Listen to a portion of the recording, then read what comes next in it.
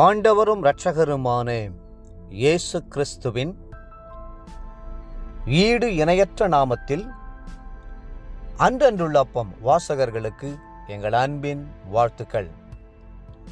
2024 ஆண்டு ஜூலை மாதம் 9ஆம் தேதி செவ்வாய்க்கிழமைக்குரிய தின தியானம்.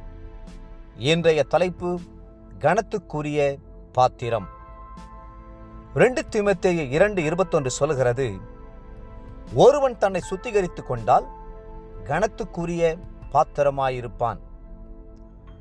நாம் எல்லாருமே கனத்துக்குரிய பாத்திரமாய் இருக்கவே பிரியப்படுகிறோம். கனத்துக்குரிய வேலை செய்ய வேண்டும், கனத்துக்குரிய செல்வந்தராய் இருக்க வேண்டும், கனத்துக்குரிய பேரும் புகழும் அடைய வேண்டும் என்று விரும்புகிறோம். ஆவிக்குரிய வாழ்க்கையில் கனத்துக்குரிய பாத்திரமாய் விளங்குவது எப்படி? பாவிகளாய் இருப்பவர்கள் சிலுவை அண்டை வந்து நின்று தங்களுடைய பாவங்களுக்காக கதறி அழுது இயேசுவின் இரத்தத்தினாலே கழுவப்படும் போது அவர்களுடைய வாழ்க்கை முற்றிலும் மாறிப்போகும். கர்த்தர் அவர்களை ஜெப வீரர்களாக மாற்றுவார். அவர்களை சுத்திகரித்த கிறிஸ்து அவர்களுக்குள் வாசம் செய்வதனால் அவர்களை கனப்படுத்தி மேன்மைப்படுத்துவார். சிலர் வாலிப நாட்களிலே தங்களுடைய பாவங்களினால் குடும்பத்துக்கு கனவீனத்தை கொண்டு வருகிறார்கள். பெற்ற தாயே தலையில் அடித்துக் கொண்டு அழுகிற சந்தர்ப்பங்களை உருவாக்குகிறார்கள். தன் பாவங்களினால் தகப்பனாரை புண்படுத்தி வேதனைப்படுத்துகிறார்கள். நண்பர்களாலும் சமுதாயத்தினாலும் இனத்தவர்களாலும் வெறுக்கப்படுகிறார்கள். இதற்கு காரணம் அவர்களுடைய அருவருப்பான பாவ வாழ்க்கைதான். பாவம் எந்த மனுஷனுக்கும் இகழ்ச்சியை கொண்டு வருகிறது.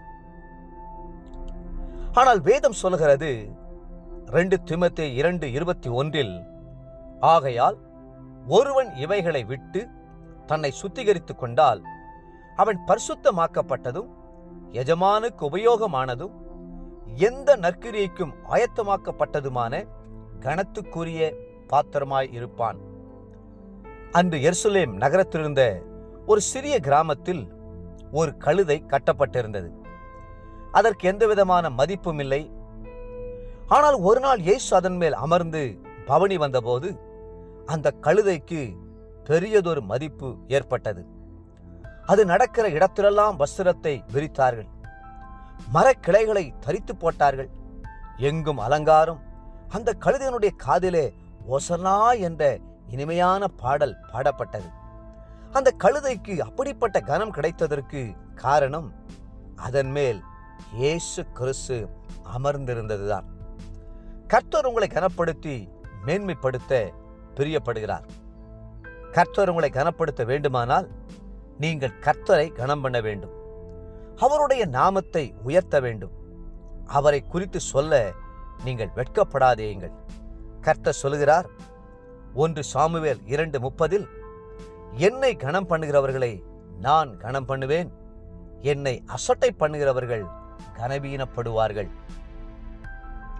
வேதத்திலே யாபேசுடைய வாழ்க்கையை வாசித்து பாருங்கள்.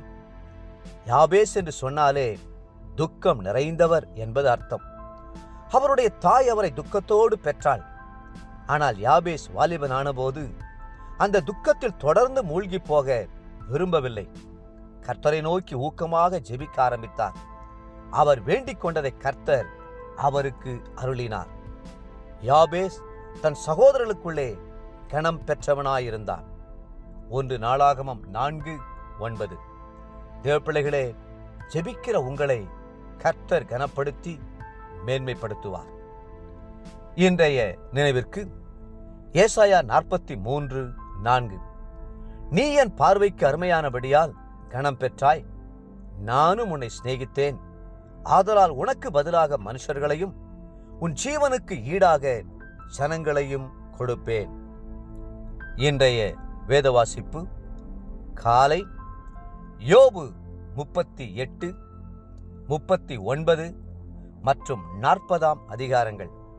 மாலை அப்போஸ்தலருடைய நடவடிகள் 16ஆம் அதிகாரம் 1 21ஆம் வசனம் முடிய. அன்புக்குரிய அன்றன்றுள்ள வாசகர்களே, மீண்டும் உங்களை வாழ்த்துகிறோம். கர்த்தர் உங்களை கனப்படுத்த விரும்புகிறார். கர்த்தர்தாமே உங்களை ஆசீர்வதித்து மென்மேலும் உயர்த்துவாராக. ஆமென்.